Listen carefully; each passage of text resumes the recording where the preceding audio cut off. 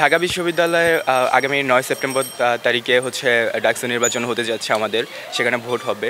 তো ওভারঅল পুরো ক্যাম্পাসের যে সিচুয়েশনটা সেটা হচ্ছে খুবই আমেজপূর্ণ। এখানে সবাই খুব আনন্দের সাথে চলাফেরা করছে, অনেকে ক্যান্ডিডেট হচ্ছে, অনেকে হচ্ছে ভোট দিবে, এটা নিয়ে সবাই অনেক বেশি উৎফুল্ল।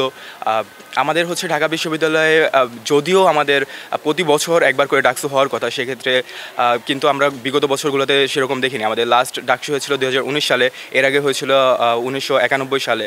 তো যে সকল দলগুলা বা রাজনৈতিক যে দলগুলা তারা যখনই ক্ষমতায় আসে তারা হচ্ছে আমাদের এই জায়গা থেকে বঞ্চিত করে, কিন্তু এবার আর আমাদের সেই সুযোগটা নাই। সামনের বছরগুলোতে থেকেও আশা করি আমাদের প্রতি বছর ডাকসু নিয়মকেন্দ্রিক অনুযায়ী হবে। সেই জায়গা থেকে আমাদের বিশ্ববিদ্যালয়ের প্রত্যেকটা স্টুডেন্টের মধ্যে একটা মানে সুখের একটা বিষয় লক্ষ্য করা যাচ্ছে আর কি। আর আমি ডাকসুতে আমার হলে বিজয় একাত্তর হলে প্রার্থিতা করছি, এজিএস সহসাধারণ সম্পাদক পদে নির্বাচন করছি। সেই জায়গা থেকে আমি শিক্ষার্থীদের জন্য বা আমার ভাই ব্রাদার যারা আছে, সিনিয়র আছে, আমার ব্যাচমেট বন্ধুরা আছে, আমার জুনিয়ররা আছে, তাদের জন্য আমি তাদের সমস্যাগুলো, তাদের মেইন কি কোথায় সমস্যা হচ্ছে সেই জিনিসগুলো আইডেন্টিফাই অলরেডি কিছুটা করেছি, আরও করছি।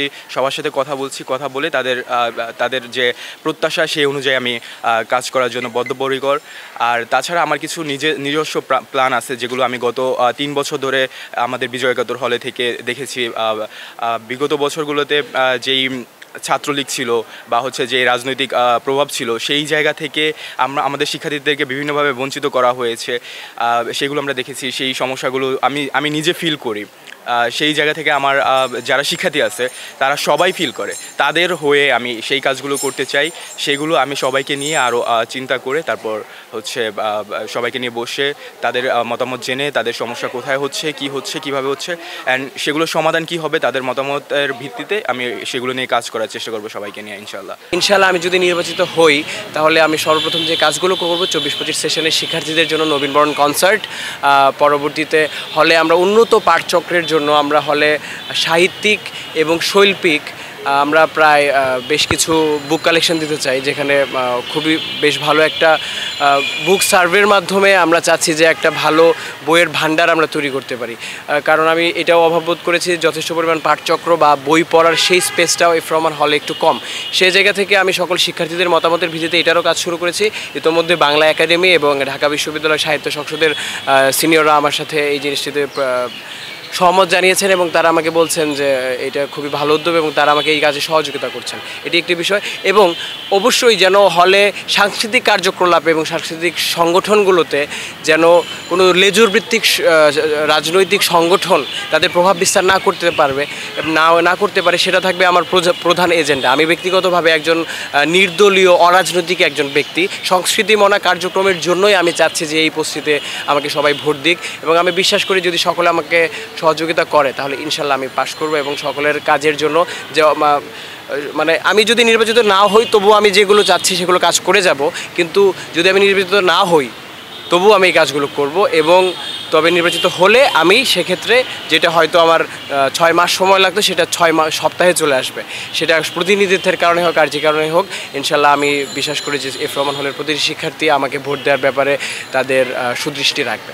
বিগত সময়টাতে ছাত্রলীগের যে দমনপীড়ন, সন্ত্রাসী কর্মকাণ্ড, হলে সিট দখল বা বিভিন্ন গণতান্ত্রিক আন্দোলনে হামলা, প্রশাসনিক যে বাধা বিপত্তিগুলি ছিল, পুলিশি আক্রমণ ছিল, এরকম একটা দমনপীড়নের পরিবেশের মধ্যেও আমরা যারা প্রতিরোধ পর্ষদ থেকে নির্বাচন করছি আমরা প্রত্যেককেই সম্মিলিতভাবে, কেউ সংগঠন থেকে কেউ ব্যক্তিগতভাবে, শিক্ষার্থীদের যে সংকটগুলি বা জাতীয় রাজনীতিতে যে সমস্যাগুলি ছিল সেই বিষয়গুলি আমরা সোচ্চার ছিলাম।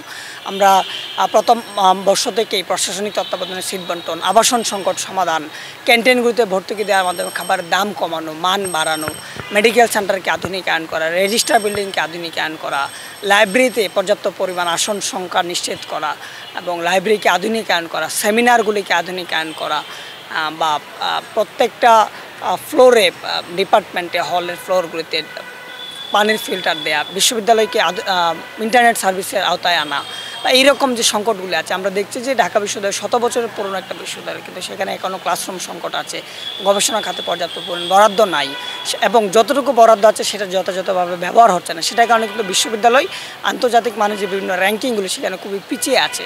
তাহলে এই যে নানান ধরনের সংকটগুলি আছে, শত বাধা বিপত্তির মধ্যেও কিন্তু আমরা এই দমনপীড়নের যে পরিবেশ সেটার মধ্যে কিন্তু আমরা সোচ্চার ছিলাম, শিক্ষার্থীদেরকে ঐক্যবদ্ধ করার চেষ্টা করেছি।